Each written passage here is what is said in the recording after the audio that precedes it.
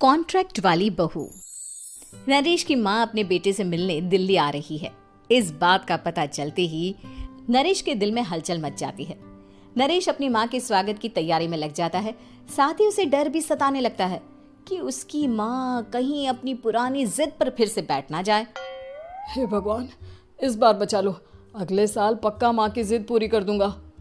तभी दरवाजे की घंटी बजती है। नरेश दरवाजा खोलता है तो सामने अपने मकान मालिक को देखकर हैरान हो जाता है, क्योंकि उनके साथ एक सुंदर सी लड़की भी थी। अब नमस्ते अंकल, कुछ काम था, मुझे बुला लेते। आपने क्यों कष्ट किया? अरे नहीं नहीं, इसमें कष्ट कैसा, मैं तो बस तुम्हें रीना से मिलवाने आया था। आज से रीना तुम्हारे साथ इसी फ्लैट में रहेगी। अंकल, कोई लड़का फ्लैटमेट नहीं है? एक अनजान लड़की के साथ रहना मेरे लिए थोड़ा अजीब होगा। देखो नरेश, मैं तुम्हें पहले भी बता चुका हूँ कि इस फ्लैट में तुम्हें किसी ना किसी के साथ एडजस्ट करना ही होगा, या फिर तुम अकेले पूरे फ्लैट का किराया दे दो, मैं किसी को नहीं रखूंगा। नरेश अपने मकान मालिक की बात सुन के रीना के साथ रहने के लिए तैयार हो जाता है, पर अंदर ही अंदर उसे ये बात खाने लगती है कि वो अपनी माँ को क्या जवाब देगा जब उसकी माँ रीना के बारे में उसे पूछेगी। दिन बीतने लगते हैं। नरेश और रीना अच्छे दोस्त भी बन जाते हैं, पर अभी भी नरेश अपनी प्रॉब्लम का सलूशन नहीं ढूंढ पाता। एक दिन नरेश बहुत परेशान सा बैठा होता है।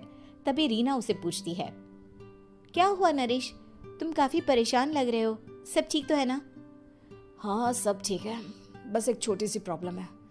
वो एक्चुअली 2 दिन बाद मेरी माँ मुझसे मिलने आ रही है। अरे तो इसमें प्रॉब्लम क्या है, ये तो खुशी की बात है। हाँ रीना, बट मेरी माँ एक जिद लेकर बैठ गई है कि मैं शादी कर लूँ, पर मैं अभी इस चीज़ के लिए तैयार नहीं हूँ। ऊपर से जब वो तुम्हें देखेगी तो 100 सवाल करेगी, क्या जवाब दूंगा? अरे इसमें कोई टेंशन वाली बात नहीं है। मेरे पास ना इस प्रॉब्लम का सलूशन है, जिससे ना तुम्हें शादी करनी पड़ेगी और ना ही तुम्हारी माँ मेरे बारे में कुछ पूछेंगी। रीना की बात सुनकर नरेश सोच में डूब जाता है। वो सोचता है कि रीना खुले ख्यालों वाली लड़की है, कहीं माँ को सच बता ना दे। नरेश को सोच में डूबा देखकर रीना कहती है, अरे क्या हुआ, किस सोच में पड़ गए? डोंट वरी, जैसा तुम सोच रहे हो ना वैसे कुछ भी नहीं है। मेरे पास एक प्लान है। मैं कुछ समझ नहीं पा रहा हूँ, कैसा प्लान? मैं समझाती हूँ। हम ना एक कॉन्ट्रैक्ट मैरिज कर लेते हैं। फिलहाल मेरे पास जॉब नहीं है, तो तुम इस रूम का किराया दे देना जब तक तुम्हारी माँ यहाँ रहेंगी, सिर्फ तब तक। और तुम अपनी माँ से कह देना कि मैं तुम्हारी पत्नी हूँ, इससे वो मेरे यहाँ रहने पर कोई सवाल भी नहीं करेंगी। अरे बात तुम्हारी ठीक है, पर माँ से झूठ बोलना, ना ना बाबा, मैं ये रिस्क नहीं ले सकता। कोई और आइडिया दो ना तुम। देखो मंजूर हो तो बोलो, वरना सच बता दो, मुझे कोई प्रॉब्लम नहीं है। रीना की बात सुनकर नरेश सोच में डूब जाता है।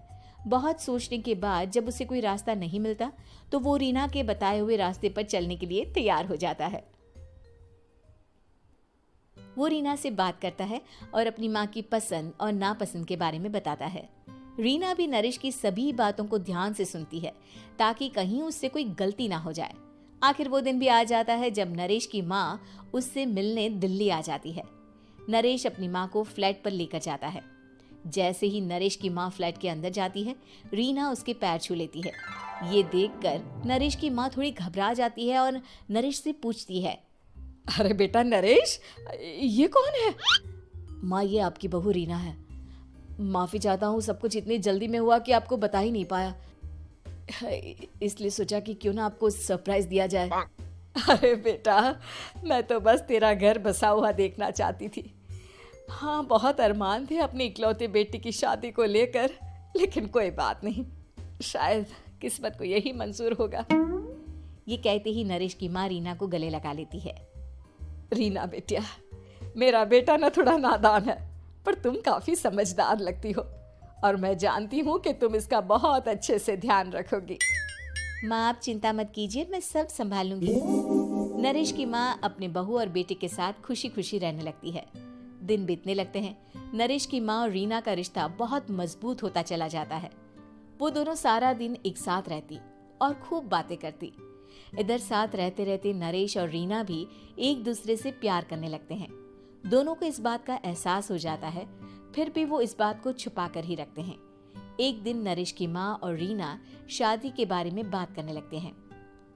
रीना बिटिया, ये तो नरेश ने मुझे बिना बताए शादी कर ली, वरना मैं तो अपनी इकलौती बेटी की शादी इतनी धूमधाम से करती कि सारी दुनिया देखती रह जाती। अच्छा माँ, आप ऐसा भी क्या करती नरेश और मेरी शादी में जो दुनिया देखती रह जाती? अरे बिटिया, एक माँ के अरमान तुम अभी नहीं समझोगी। मैं तो अपनी बहू को एक रानी की तरह लेकर आती और शादी भी बिल्कुल शाही अंदाज में करती, पर मेरे तो सारे अरमान ऐसे ही रह गए। खैर, मुझे तो अपने बेटे और बहू की खुशी चाहिए बस। ये कहते हुए नरेश की माँ की आंखों में आंसू आ जाते हैं। रीना भी ये सुनकर ख्यालों में खो जाती है, क्योंकि वो भी मन ही मन खुद को नरेश की पत्नी और उसकी माँ की बहू मानने लगी थी। शाम को जब नरेश ऑफिस से घर आता है तो रीना खुद को रोक नहीं पाती और नरेश के सामने उसकी माँ को अपने और नरेश के रिश्ते का सारा सच बता देती है। रीना की बात सुनकर नरेश की माँ दोनों से बहुत नाराज हो जाती है और घर वापस जाने की बात करने लगती है। तुम दोनों ने मुझसे सच छुपाकर बहुत ठेस पहुंचाई है मुझे। अब तुम लोगों के साथ नहीं रहना चाहती मैं, कल ही वापस चली जाऊंगी अपने घर। माँ, मुझे माफ कर दो, ये सब मैंने रीना के कहने पर ही किया है, वरना मैं भी आपको कभी ठेस पहुंचाने के बारे में सोच भी नहीं सकता। हाँ माँ, हमने ये सिर्फ आपका दिल रखने के लिए किया, प्लीज हम दोनों को माफ कर दीजिए। तुम दोनों ने मेरे अरमानों के साथ खिलवाड़ किया है, और वैसे भी मुझे अपने बेटे के लिए एक अच्छी लड़की ढूंढनी है, इसलिए मेरा यहाँ से जाना ही बेहतर होगा। माँ की ये बात सुनकर रीना खुद को रोक नहीं पाती। माँ, क्या मैं आपके घर की बहू बनने लायक नहीं हूँ? रीना की बात सुनकर नरेश हैरान रह जाता है। नरेश की माँ भी कुछ समझ नहीं पाती। मैं कुछ समझी नहीं, आखिर तुम कहना क्या चाहती हो? माँ, मैं वो नरेश से बहुत प्यार करती हूँ और साथ ही साथ मैं आपको भी अपनी माँ मान बैठी हूँ। आज जब आपकी बातें सुनी तो खुद को रोक नहीं पाई, इसलिए सारा सच आपको बता दिया।